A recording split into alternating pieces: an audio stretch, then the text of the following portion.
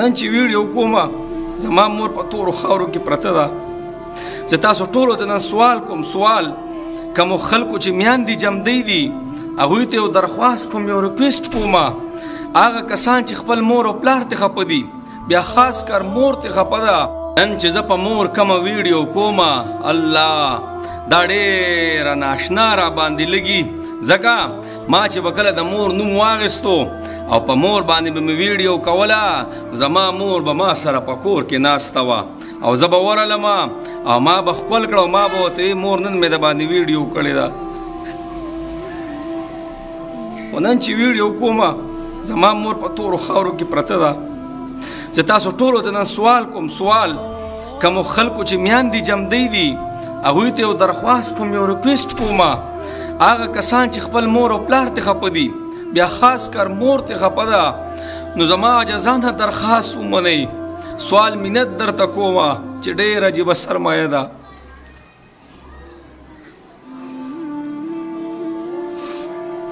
زما نبي چې فرمایلي چې کاش مورې ته جمدی وې او تا ما ته ویلی وی چې یا محمد زه په فرض مونځ باندې ولاړ وې او ما هغه مونځ ماتولی او ستا خواله راتللی، دا حدیث چې به ما اورېدو ما به وي چې دا مور دومره درد پکې دننه پروت دی په جدایۍ کې، دا دومره سړي له درد ورکوي چې زما نبي کله د خپلې مور په خوا باندې ورغلی نو قبر نه نه راچوتېدو او لکه د ماشومانو په شان داسې ناست دی، الله صحابې نیسي راچوتې او هغه ناست دی داسې، نو ما به وی چې دا دومره درد د مور په دې جدایۍ کې پروت دی. نن مولانا اختر علي په خپله ولیدله، په خپله مور چوته کړله. ای خلکو چې خپله مور د نه خفه ده ګوره ډېر بدبخته به یې. ای خلکو په خپله مې الحمدلله د خپلې مور ډېر خدمت وکړو، غټه زانګو مې ورله سازوله، ډېر په عجیبه انداز مې خدمت وکړو،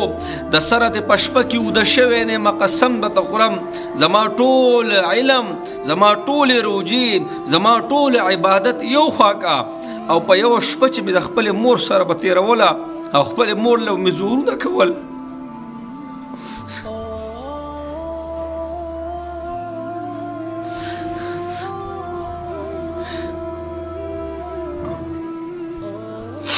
او د خپل مور پوندې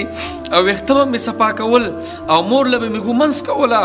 او قسم دې دا داسې خوند به پکې پروت و، ما وی چې د الله رحمتونه په ما باندې راورېږي، یو عجیبه سلسله به راته جاري شوه، یو عجیبه کیفیت به مې محسوسو. الله مورې ډېر در پسې خفه یم، د چا میندې چې وفات شوي دی خدایه پاکه د هغوی قبر د نور نه ډک کړي، او د چا چې جمدی نه ټول تاسو ته وایم ګورئ مه ګورئ ورته دا په دې خبره توړ ورسره مه کوئ چې دا د دې ګناه ده، دا زما د مور ګناه ده او جدا شوي دي. ای ورشئ ګورئ یو څو ورځې مخکې ما ته کال رالی او یو زوی راته وایي مولي صاحب د موره په ازار کې پاتې شوی یم چې دی راته وویلي زړه مې یو پړق وکړو، الله مې دا ته څه وی مې ولې وایي ډېره بېمخي مې وله وکړه. زه هسې حیران یم، زه یم چې دا کم بچي په ازار کې پاتې شي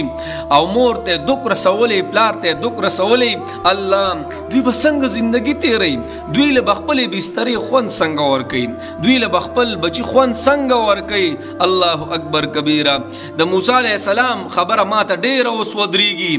ځکه چې ما به کله د په مور ویډیو وکړه نو په کمنټسو کې به یو کس 3-4-5 به پکې رالی څه به وي چې مو ای مولي صاحب مونږ خو تې محرومه یو. نن زه په هغه سب کې ودرېدم جي، نن ما ته د مور د جدایۍ پته ولګېده.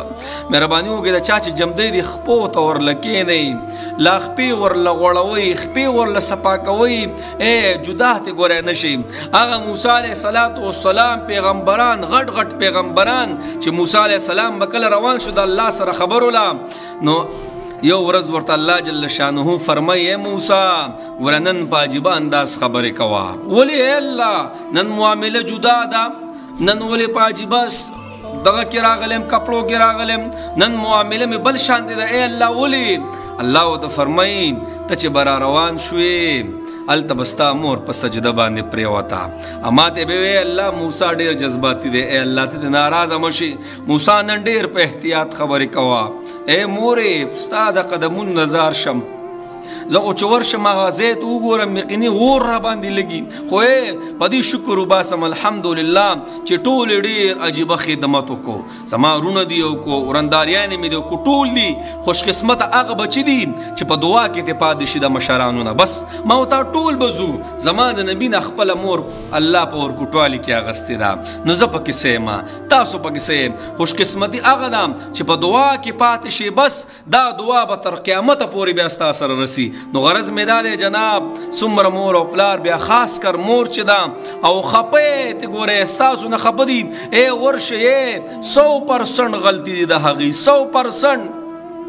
جنت ته قسم دے جنت ته کله چې لاړ شي بیا به پته ولګي ګوره الحمدلله ثم الحمدلله د لاول نواله تر د اخره پورې داسې خدمت ورله وکړو د بیمارۍ نه مخکې الحمدلله په دې خو ډېر خوشحالم خو بیا هم د مور جدایي الله ډېره ګرانه ده قبر ته ودرېدم سار او مې مورې سوه کمیس ته سره نشم کولی دغل د زمونږ اختیار نه چلیږي بس د یو رب سره د معامله ده دغل د زمونږ اختیار نه چلیږي نو غرض مې دا دی جی بس ورشي خپو ته ورته کښېني د چا چې وفات شوي دي هېرې نه کوي یو څو ورځې غم وکوي او هسې نه چې بیا د نه هېر شوي روزانه پسې څه ور لېږئ 2 رکعته نفل پسې لېږئ خو لېږئ او د چا چې جمدی دی جناب ګوره ډېر عجیبه سرمایه ده ګورې بیا به ډېر ارمان کوئ په ازار کې پاتې نه شي جي الله هم خوشحاله کړي